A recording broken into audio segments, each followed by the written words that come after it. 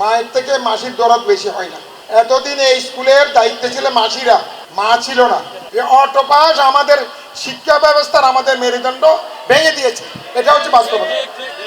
সুতরাং আমাদেরকে একটা জাতিকে ধ্বংস করতে হলে তার শিক্ষা ব্যবস্থা যদি ভেঙে দেওয়া হয়, শিক্ষা ব্যবস্থাতে ভঙ্গুর করা হয়, সে জাতি কোনোদিন উন্নতি করতে পারে না।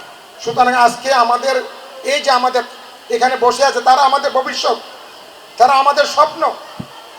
এই স্বপ্ন, এই ভবিষ্যৎকে আমাদেরকে কিন্তু গড়ে তুলতে হবে, তাদেরকে সুযোগ করে দিতে হবে, আবহাওয়া আমাদেরকে করে তৈরি করতে হবে, তারা যেন ভালো লেখাপড়া করতে পারে।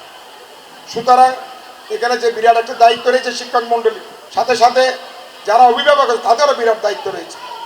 শিক্ষক মণ্ডলী, অভিভাবক, গভর্নিং বডি, তারা যদি তিনজন, এই তিনটা স্তর শক্তিশালী ভূমিকা থাকে, সেই স্কুলের রেজাল্ট কোনো অবস্থাতে খারাপ হওয়ার কথা নয়। আজকে আমরা দেখি এই যে কিশোর গ্যাং, আমাদের এডিশনাল কমিশনার ওয়াইস সাহেব আছে, এই কিশোর গ্যাং নিয়ে বর্তমান আইন শৃঙ্খলা বাহিনী অত্যন্ত তটস্থ আছে। কারণ কিশোর গ্যাংয়ের কারণে বিভিন্ন অপরাধ সংগঠিত হচ্ছে, যে অপরাধগুলি হওয়ার কথা নয়। এই যে কিশোর গ্যাং আমরা বললাম,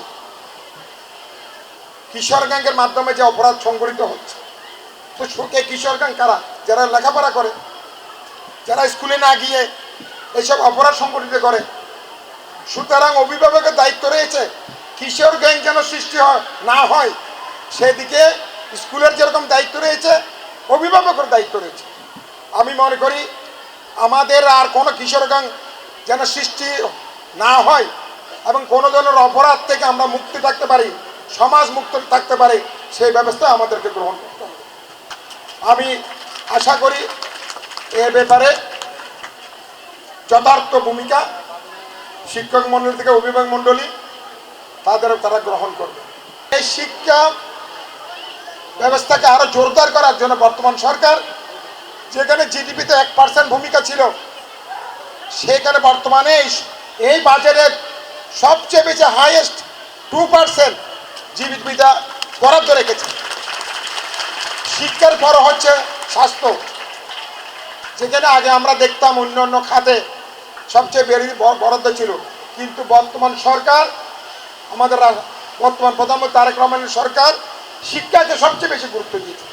কারণ শিক্ষাই জাতির মেরুদণ্ড। আমাদের আগামী দিনের প্রজন্মকে শক্তিশালী করার জন্য, আগামী দিনের বাংলাদেশ নির্মাণে তাদের যেন শক্তিশালী ভূমিকা থাকে লেখাপড়ার মাধ্যমে, সেই ব্যবস্থা বর্তমান সরকার গ্রহণ করেছে। শুধু শিক্ষানীতির বরাদ্দ নিয়ে সরকার ক্ষান্ত হননি। আগামী অর্থ বছরে আমাদের যারা স্কুলে পড়ুয়া ছেলেমেয়েরা আছে, তাদের জন্য স্কুল ব্যাগ, স্কুল ইউনিফর্ম, জুতা, দুপুরের খাবার, এই ব্যবস্থা করার সরকার পরিকল্পনা গ্রহণ করেছে। মেয়েদের জন্য সবচেয়ে সুখবর হচ্ছে আমাদের মাননীয় সাবেক প্রধানমন্ত্রী বেগম খালেদা জিয়া, যখন ওনার শাসন আমলে উনি মেয়েদেরকে সরকারি খরচে ইন্টারমিডিয়েট পর্যন্ত পড়ার কিন্তু ব্যবস্থা বেগম খালেদা জিয়া করেছেন।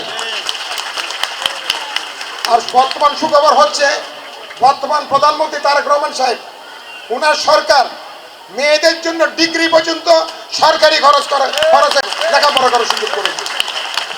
সুতরাং এই যে মেয়েদেরকে এগিয়ে নেওয়ার জন্য আমাদের জনসংখ্যার 18 কোটি ধরলে 9 কোটি মহিলা বা মেয়েরা, তাদেরকে এগিয়ে নেওয়ার জন্য, তাদেরকে সমভাবে বাংলাদেশের অর্থনীতিতে বলেন, সমাজনীতিতে বলেন, বিভিন্ন খাতে তাদের ভূমিকা, তাদের অবদান রাখার জন্য, মেয়েদেরকে শক্তিশালীভাবে গঠন করার জন্য এইসব প্রকল্প সরকার নিয়েছে।